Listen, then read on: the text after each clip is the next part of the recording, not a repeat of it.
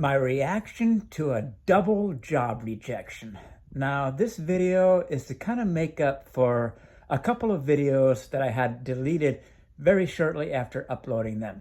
And the one that I recently deleted was actually one that I made pretty much like just after I had like spoke to someone and had pretty much verbally received the double rejection. So to give you guys a little background on the different jobs I applied to, well, the company I'm working for, I'm working as a seasonal person. And so I figured that I've heard that transitioning into an internal role wasn't supposed to be that difficult. And so I figured, okay, this is a foot in the door. And so I'm going to apply for some permanent positions. And, I gave it my best shot. I spent about 3 hours revamping my resume, trying to squeeze out everything I could from my past experience, including my personal projects, the fact that I'm working on continuous learning and so forth. So just to kind of give you guys a little bit of a backdrop on these two different jobs I applied to, I'll first start off with one of them that's no longer available. And I actually found out today that it had actually been previously filled. But at the time I made that video, I wasn't aware of that. I was just told that, yeah, the recruiters are looking for someone with around at least 3 years of experience.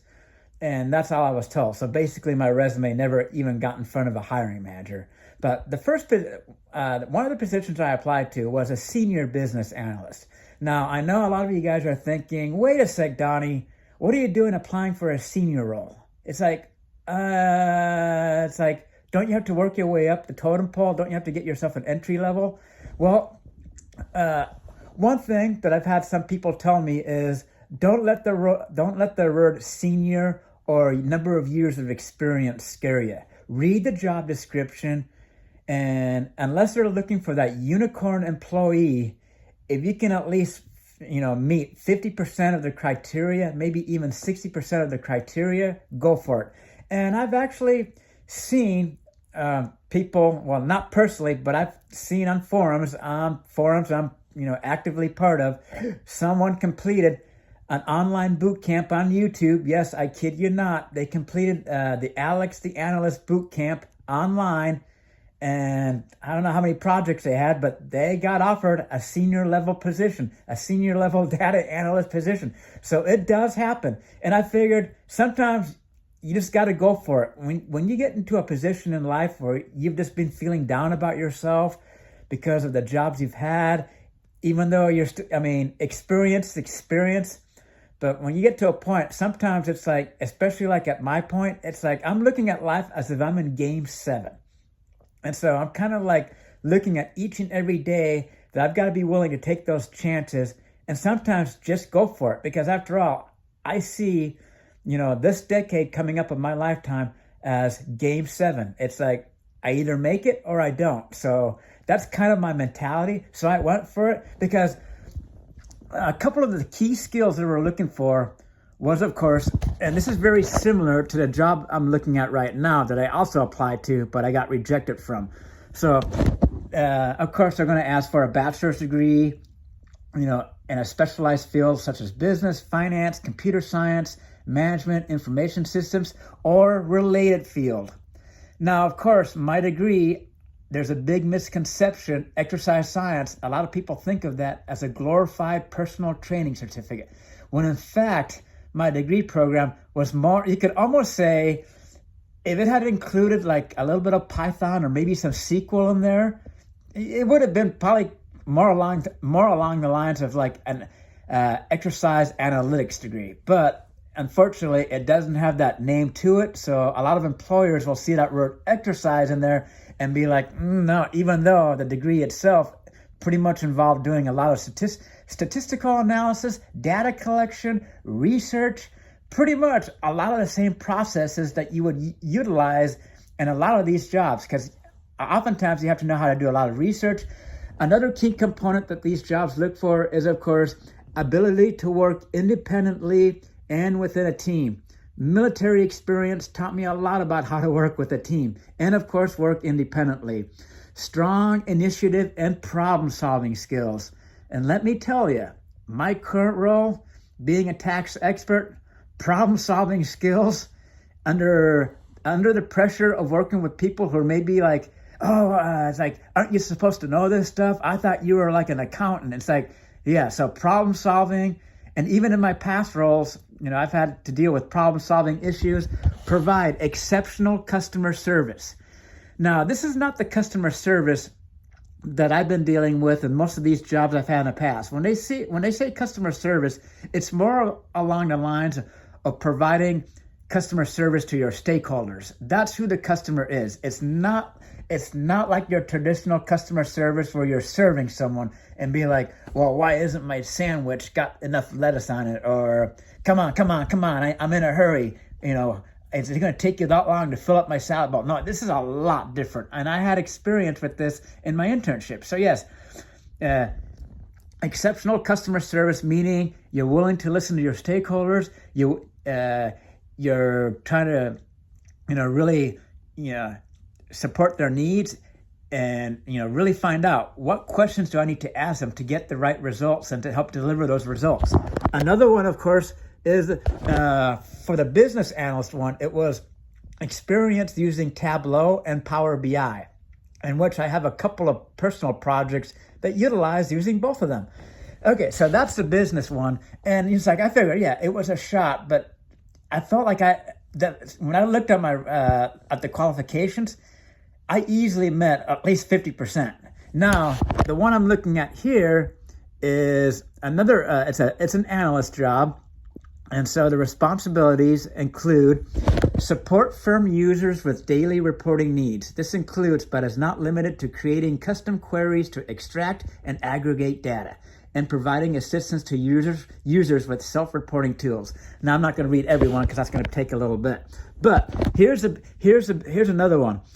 Develop enhancements to reporting solutions used by the firm. This includes, but is not limited to, the development of new Power BI, Workday, SSRS reports, enhancements to existing report solutions, and database object creation, tables, views, stored procedures, and functions. And I have probably easily well over 2 years I've been studying SQL, and not just a data manipulation language that a lot of analysts are familiar with, but also data definition language, which is what you use to create tables, transaction control language, granting and revoking permissions. So a lot of this is kind of almost like related to like database administration, and creating tables. It's kind of like in the same lines of data engineering. So like creating tables is like, let's say someone has a business and they want to create a customers table and they need to create a products table, and you're involving, creating this database using normalization techniques to reduce redundancy, and just making sure that you've got integrity between each of the tables. The data types are consistent. There's minimal redundancy. That is stuff that I've been studying for. So that's why I figured I had at least, I was going in figuring, okay, I've got my foot in the door. I'm at least going to get an interview. But no, so it was kind of discouraging. Here are the qualifications for the reporting analyst one. It's like business and specialized fields such as business and so forth. I kind of repeat, that was kind of the same qualifications in the other one. And notice, they're just saying bachelor degree, not a master's degree, just a bachelor degree. And this job is not saying anything about number of years of experience. It doesn't say 3 or 4 or 5 years of experience. There is nothing that mentions any kind of experience required. So here we go, qualifications. Ability to work independently and with a team. Excellent verbal and written communication skills and the ability to interact professionally with a diverse group of business stakeholders. Strong initiative and problem-solving skills. Use effective time management and appropriate prioritization to ensure all assigned responsibilities are executed on time and quality expected. Provide exceptional customer service. Experience using Microsoft Power BI reporting and Microsoft SQL Server. One of my projects utilized using Microsoft SQL Server. Preferred skills. SQL Server Reporting Services, Databricks. Okay, so Databricks is one. Okay, that's one thing that I can't check. Okay, so that's going to reduce my percentage from what, 90 to 85%. Visual Studio Data Tools, Report Builder, SQL Server, and Analysis Services. So I probably met at least 75% of this criteria. So with that being said, my reaction to the double rejection was, of course, knowing that I'm kind of like in a fragile state because my role is ending in less than a week. And the thought of even remotely having to go back to one of these jobs I've been working in the past, knowing the damage is done to my mental health, made me act very impulsively. And hence, that's why I made that video. So I'm going to do this again. What was going through my mind immediately after those rejections, figuring, okay, I'm at least going to get an interview. I was that confident I was at least going to get an interview. So what happens is my thoughts start going out of control because now I'm thinking, okay, the first thing that happens is I look at my past and I'm thinking, oh, yep, I can skiing. Too many bad decisions with skiing. Hence why I made that live stream yesterday. And a big part of why I don't really ski very often anymore is because I have become so angry with the bad decisions I made in my life revolving around skiing that it's like I've lost enjoyment in doing it. It's like the sport has angered me so much that's why I don't do it. It's not because it's expensive. It's not because of this or that. It's because, when I'm at the resorts and I potentially run into someone that's, years ahead of me and their progress in life, yeah, it can be hurtful. What else comes to my mind is social economic status. And the reason why that's a big issue for me is knowing that, getting this kind of job, it's going to help me financially. It's going to help pay off a lot of my student loan debt. It's going to help pay off some other debts. And I know firsthand what social economic status, how it can highly influence someone's personal and social life. I mean, I've seen it myself personally because I grew up with a very affluent stepfather who was very high up in the Boeing company. And yes, I mean, it's the truth. I hate to say it, but unfortunately, so now I start getting these feelings. Well, like, yep, this is why I'm experiencing loneliness because of, I just haven't had any much success in career. So now I know why this is why I'm lonely, this and that. Then I start thinking about my debt, my student loan debt. And I start thinking about it's like, oh yeah, who's going to want to date someone that's got debt and hasn't had any success? So you see, what's happening is all these thoughts are spiraling out of control. And of course, my experience, going back to the hiking group, I'm going to be honest. People are going to always ask you within that first conversation, oh, what do you do for work? I mean, it's a given. Unfortunately, it's the truth. People are going to ask you what you do for work. And I felt really out of place in the hiking group because most of these people are either retired or they worked at Microsoft, Amazon. I can't recall if one of them worked at Infosys, which is like another big tech giant.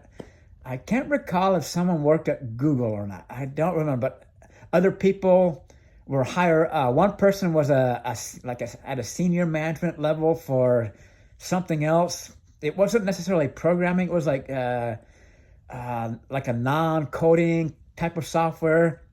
He was a manager. So basically, yeah, I really felt out of place. And here I am, just kind of like unemployed, only having had these certain types of jobs. So you see what's going on is that instant reaction to double rejection combined with previous job rejections, combined with the fact that I've applied to a number of other jobs over the past couple of weeks now, it does get disheartening. And so I'm making this video to kind of give you guys a little bit of a background, especially on these two jobs at the company, trying to see if I can get myself, a permanent, full-time position, figuring, okay, I've got the foot in the door. All right, let's fix up my resume, looking at the job description, tailoring my resume to get past that application tracking system. It's like, okay, I figure, okay. And plus, they also have a special program to help candidates, go through the internal process of getting hired internally. So yeah, it was kind of like, I was at least certain I was going to at least get an interview. And I would have been, I would have been really happy with that, because when you get an interview, it gives you good interviewing practice. Even if you don't necessarily get the job, at least you get that interview, because that's the second part. Is the first battle is getting your resume past the application tracking system, but the second battle is interviewing. And if you don't get enough interviews, you don't get that practice, and then it's kind of like a never-ending cycle. So combined with like the severe loneliness I'm experiencing, the fact that my role is ending, the thought of even remotely having to go back to working a job that's going to seriously continue to erode my mental health, it just came. It's like a ton of bricks crashing down on me. So that is why I made that video. And so I kind of wanted to make it up to my viewers as to why, what was going on in my head. But yes, and that's kind of that was my reaction. It's like, so overall, my reaction, to just kind of sum it up in simple terms, was like double job rejection.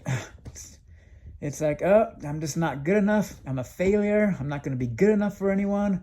I'm ugly, this or that, I'm ugly. I'm never going to get out of this debt. I'm going to have to go back to working a job that's going to continue to worsen my mental health. I'm going to have to be, having to deal with people that are just treating me like dirt. So you see where I'm getting at. And I don't know how many people out there, are holding their feelings in, that are working, that are stuck in their career, or who haven't had success.